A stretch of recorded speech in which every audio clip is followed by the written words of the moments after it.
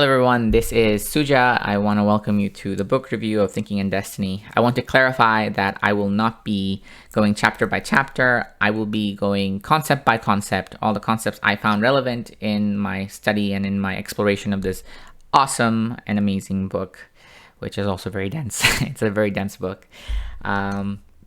So that's one of the things I wanted to clarify. So if you are looking more for details and you're looking for more nuance, then obviously this book is free, right? So you can go download it and you can, Control F on your keyboard and then type in whatever you need to find and you can get more details from the book. So make sure to do that if you don't understand what I'm talking about. Okay, so let us begin with our first concept. So the first and primary concept, the reason why most people are probably drawn to this book, the reason that everyone is looking for in their life is, what is the purpose of life, right? This book, huzzah, has an answer, like all books, but here is where the answers get distinct. So in this book, the idea is, the reason and the purpose of life is to be progressively conscious in ever higher degrees in being conscious. And this is conscious of nature and in and through and beyond nature. If you look at this statement, it actually makes sense. People that meditate their entire lives and have transcendental experiences, what are they doing? They're becoming more conscious beyond nature, i.e. they're transcending. Certain people are, at a certain level of awareness and a certain level of being conscious of nature.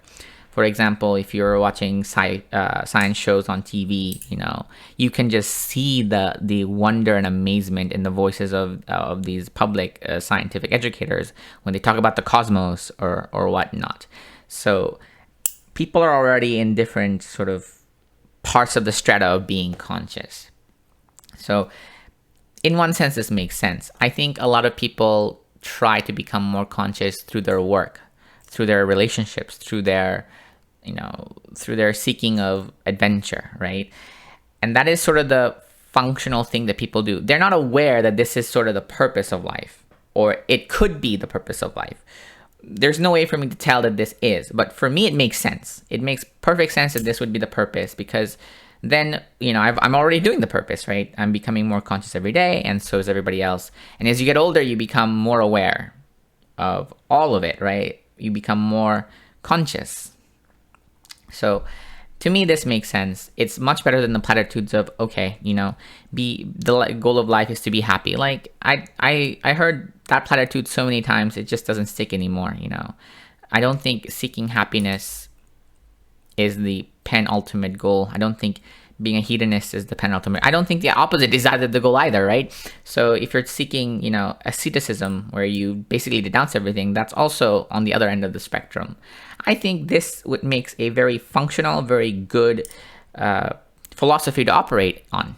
So for me, I like sharing this because I feel like this is something that everybody's already doing, and I think this makes lots of sense.